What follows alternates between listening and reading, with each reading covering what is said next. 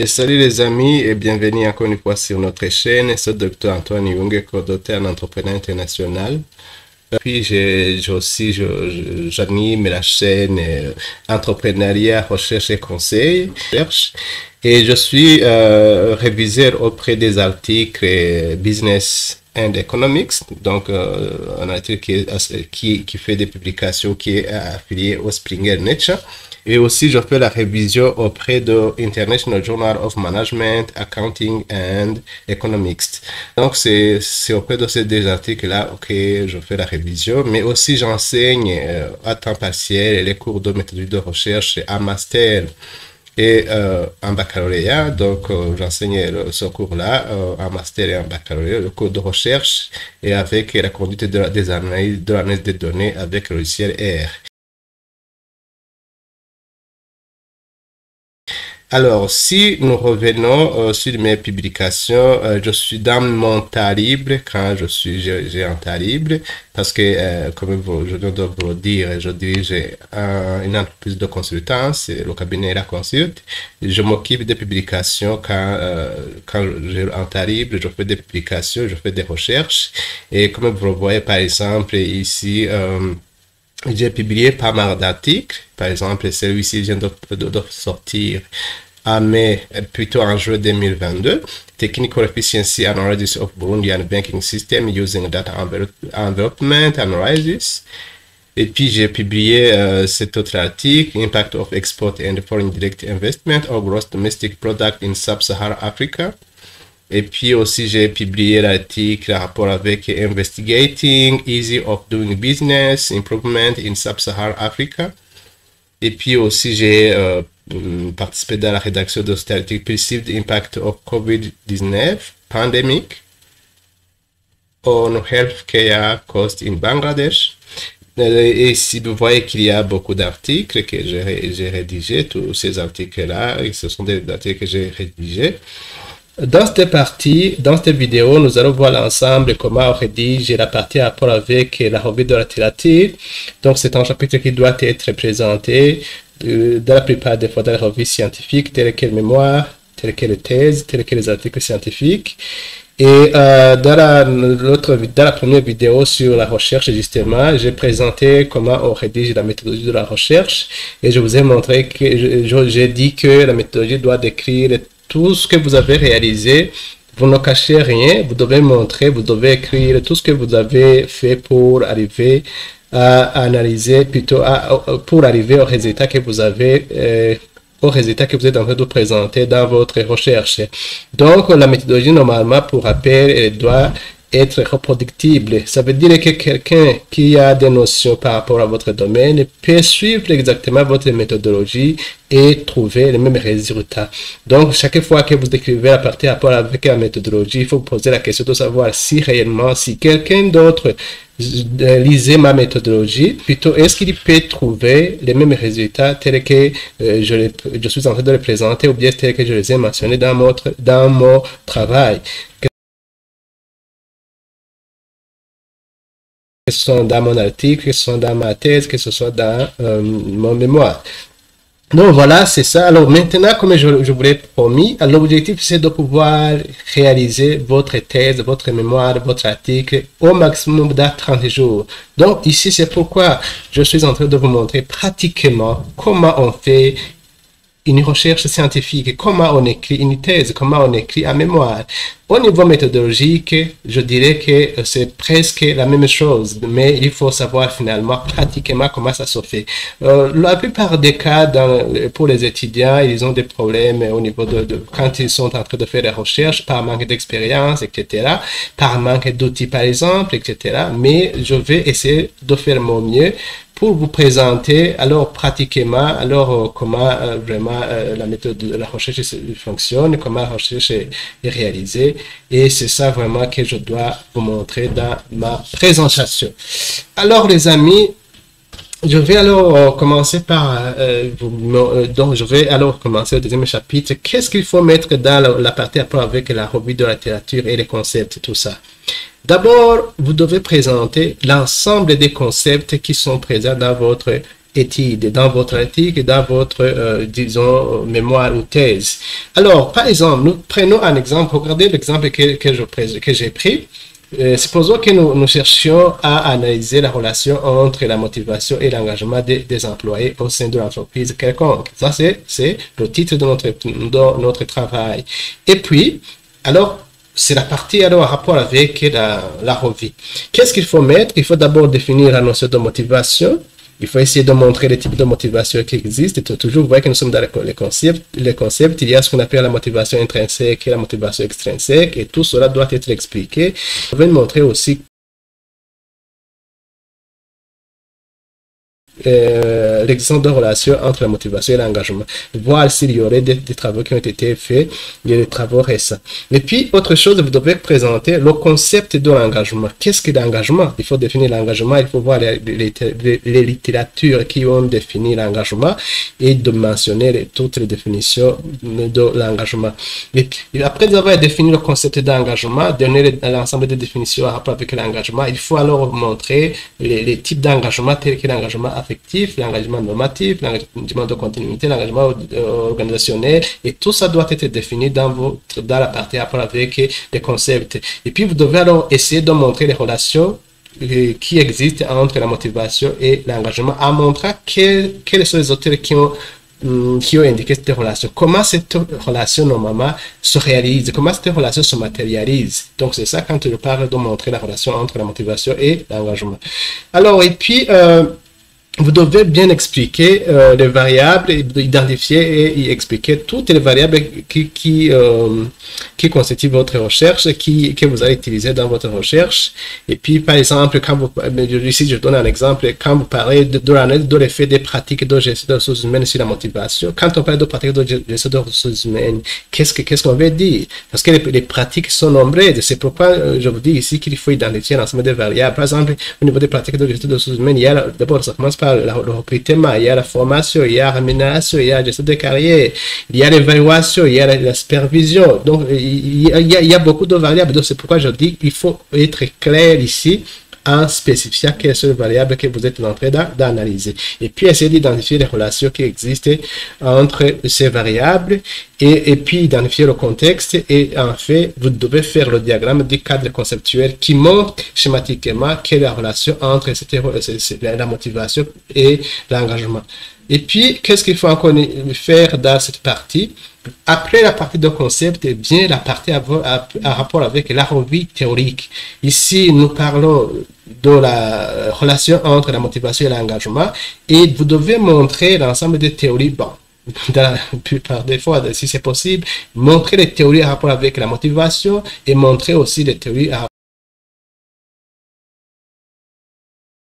rapport avec l'engagement et montrer s'il y a des théories qui montreraient le lien entre les deux. Et ici, je vous ai fait un inventaire de théories sur la gestion des ressources humaines et aussi sur l'engagement. Alors, c'est lui qui travaillera sur l'engagement et la motivation. Donc, vraiment, il n'a besoin que de compléter, mais la plupart des théories sont là. Et ça, ces théories-là, ça suffit pour juste un travail de thèse ou un travail de mémoire. Donc voilà, ces théories-là, en fait, ce sont ces théories-là qui matérialisent en fait l'existence de cette relation. Parce que, souvenez-vous, les amis, quand on fait, par exemple, une analyse de corrélation, il y a ce qu'on appelle la corrélation, une fausse corrélation, ou en anglais, spurious correlation. C'est lorsque vous trouvez, par exemple, l'existence d'une relation, mais cette relation n'est pas supportée par une théorie, c'est pas supportée par des travaux antérieurs, donc c'est une fausse, en fait, corrélation. C'est pourquoi, en fait, c'est ça l'intérêt de ces théories-là. Parce que ça vous permet de justifier ou de montrer ou d'expliquer comment cette relation se matérialise. Sinon, tu peux faire la corrélation, par exemple, ce sont des chiffres, ce sont que des chiffres. Tu peux faire la corrélation entre la consommation, par exemple, de l'alcool aux États-Unis et l'augmentation de naissance en Belgique, et tu peux trouver qu'il y a une relation. Est-ce que cette relation se matérialise et comment? Donc, voilà l'intérêt alors de ces théories-là. Ces théories sont pour expliquer le phénomène, comment le phénomène se réalise. Alors, en plus aussi, l'avantage de cette théorie, dans la partie de la discussion de votre travail, à la fin, au niveau de la discussion, vous devez montrer la relation entre vos résultats et les théories qui existent. Et vous devez montrer votre rapport par rapport aux théories qui existent. Est-ce que vos résultats confirment la théorie? Est-ce que ces résultats sont contraires aux théories qui existent? Donc voilà l'intérêt de mettre les théories. Et puis, autre chose que vous devez montrer, ce sont les travaux. Les amis, il faut faire attention ici, il faut bien suivre. Donc ici, vous devez identifier surtout les travaux récents. Les travaux récents. Parce que, en fait, puisque nous continuons à faire des recherches, nous continuons soit à trouver de nouveaux résultats ou de nouveaux concepts ou de nouvelles découvertes qui font que peut-être contrarient les travaux antérieurs. C'est pourquoi il est mieux, si c'est possible, de chercher des travaux qui datent d'au moins de 5 ans. Et puis, alors, ici aussi, au niveau des travaux, vous devez identifier la méthodologie qui a été utilisée par alors les auteurs et puis identifier aussi des approches théoriques, donc c'est la partie théorique, et faire votre analyse critique. Donc, montrer en fait ce qui n'a pas été fait, montrer donc les erreurs ou les lacunes des travaux que vous avez analysés. Alors, c'est là où ça vient le point numéro 4, en rapport avec les faiblesses ou les lacunes des travaux antérieurs, ou gap of knowledge en anglais. Et ces lacunes peuvent se trouver au niveau de l'échantillonnage. Peut-être que les chercheurs ou les chercheurs qui ont travaillé sur le même sujet, au niveau de l'échantillon, ils n'ont pas respecté le nombre d'échantillonnage. Ça veut dire que les conclusions tirées ne peuvent pas être généralisées puisqu'ils ont utilisé un échantillon qui ne permet pas de détecter, par exemple, l'existence de relations. Et puis, aussi au niveau des données, la façon de collecter les données, elle peut être biaisée ou bien les données... le traitement des données n'est pas adéquat. Et puis, ça peut être au niveau de l'implication. Des fois, vous faites des implications. Parce que à la fin aussi, au niveau de la discussion, vous devez montrer l'implication théorique, l'implication managériale. Oui, donc, vous devez montrer l'implication théorique et l'implication managériale. Donc, vous pouvez trouver que les recommandations ou les propositions qui ont été faites n'ont rien à voir avec les résultats de votre analyse ou de la recherche. Donc, alors, ça devient alors quelque chose de biaisé. Donc, c'est pourquoi, quand vous faites votre mémoire, il ne faut pas recommander des choses ou proposer des choses qui n'ont rien à voir avec votre travail, avec les résultats de votre recherche. Toujours, il faut recommander sur base des résultats de votre recherche. Et puis, autre chose il faut trouver des lacunes, c'est au niveau des méthodes, de la méthodologie qu'utilisez, les méthodes que vous avez utilisées, plutôt que les auteurs ont utilisées. Et souvenez-vous, si vous avez vu la vidéo que j'ai présentée, la méthodologie, si vous n'avez pas vu, je vous invite de voir cette vidéo-là. Je vous ai montré que le choix, donc les tests statistiques que vous allez utiliser pour faire des analyses doivent être justifiés. Parce qu'il existe ce qu'on appelle les méthodes paramétriques et les méthodes non paramétriques. Et chaque fois, il y a des raisons d'utiliser, où il y a des conditionnalités ou des hypothèses d'utiliser un test paramétrique et non paramétrique. Notamment, par exemple, les tests vraiment qui sont les hypothèses qui sont couramment considérées, c'est la normalité des données et l'égalité de variance. Ça, la normalité des données, ça vaut pour tout ce qui est test paramétrique comme la corrélation, comme la régression, comme la comparaison de moyenne. Et puis, l'égalité de variance intervient justement au niveau de la comparaison des moyennes. C'est là où il faut regarder pour choisir entre le test paramétrique et non paramétrique. Alors, il faut regarder. Donc, vous pouvez voir qu'en lisant, peut-être que ces auteurs-là n'ont pas tenu compte de ça. Et vous pouvez voir que peut-être que les résultats obtenus ne sont pas corrects parce que les méthodes ont été biaisées. Et puis, autre chose qu'il faut au niveau des concepts aussi, peut-être qu'on n'a pas pu définir ça, qu'on n'a pas fouillé peut-être. Alors, vous pouvez voir qu'il y a justement des gaps. Donc, voilà, après avoir présenté tout ça, donc vous voyez que les amis, c'est vraiment pratique, c'est très pratique. C'est pourquoi je dis que l'objectif, c'est de vous aider à faire votre thèse, à votre mémoire, plutôt votre thèse, votre mémoire, votre article dans 30 jours maximum. L'objectif, réaliser votre thèse, votre mémoire, votre article au maximum dans 30 jours. C'est pourquoi quand vous suivez ça, donc c'est vraiment très pratique. Et c'est comme ça qu'on rédige le chapitre rapport avec la revue de la littérature et les concepts. Voilà les éléments qu'il faut mettre. Donc, ne perdez pas votre temps. parce que le résultat de votre recherche, c'est ce que vous allez, quand vous allez collecter les données, quand vous allez alors présenter vos résultats. Et ce qu'il faut savoir, c'est quoi? C'est que les méthodes statistiques donnent au plus des résultats qui ne dépassent pas un paragraphe. Par exemple, s'il faut analyser la corrélation, vous n'aurez qu'un seul chiffre, ce qui varie entre moins 1 et 1. C'est ça le résultat de votre recherche. Donc, ne perdez pas votre temps en essayant de collecter des littératures qui ne vous serviront à rien. Et par contre, et si je reviens ici au niveau de la littérature que vous devez collecter, c'est une littérature qui est liée à votre sujet. Parce qu'au niveau de la discussion, mais on n'y est pas encore, c'est à partir de ces littératures-là que vous allez discuter vos résultats, à montrer à quel point les résultats trouvés sont conformes ou non conformes aux travaux antérieurs. Donc, c'est pourquoi il faut faire attention au niveau de ces travaux-là. Les travaux qu'il faut collecter doivent être liés aux travaux, donc doivent être liés à votre travail.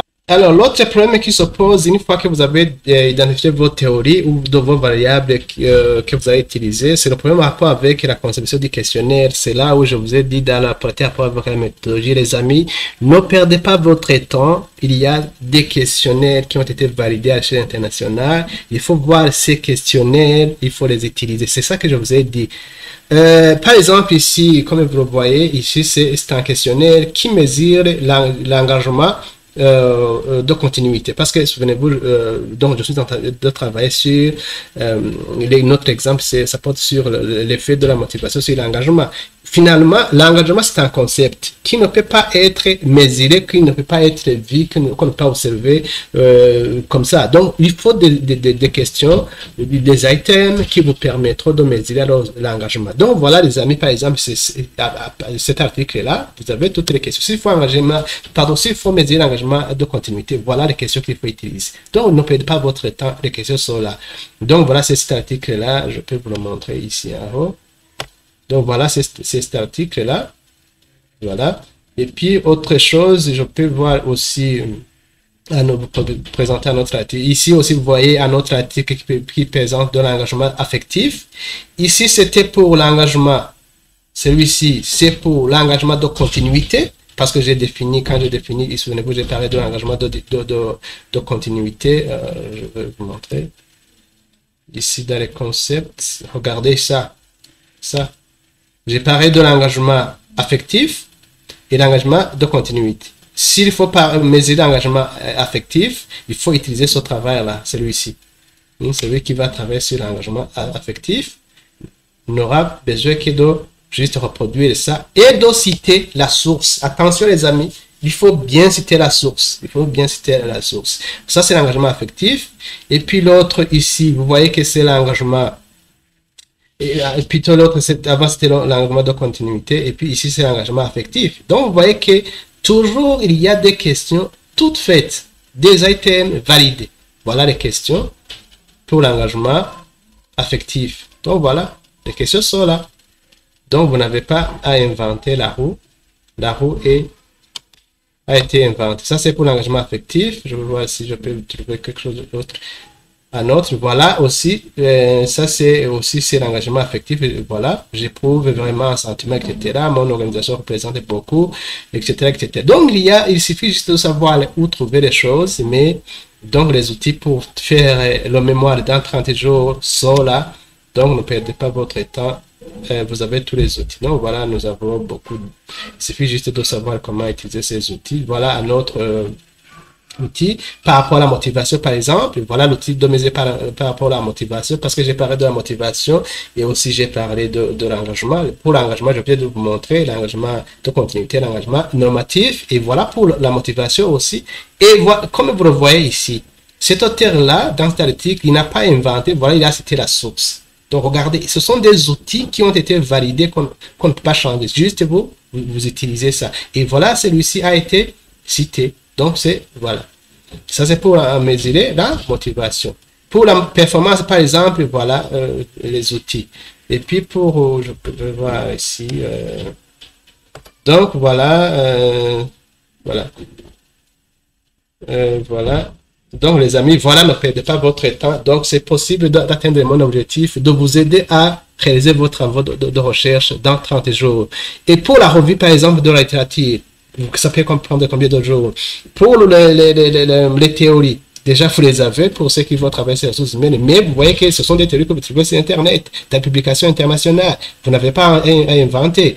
Et puis, les questionnaires, vous les trouvez dans les publications et elles sont là. Et puis, autre chose, la collecte de données, il suffit d'envoyer. Donc, si vous avez bien échantillonné, il suffit d'envoyer le questionnaire ici, il suffit de l'envoyer et puis de les analyser. Faire une analyse des questionnaires, ça ne prend pas des jours. Donc voilà, les amis, c'est ça que je voulais vous partager. Vous voyez, si vous avez des questions, n'hésitez pas à les poser en commentaire.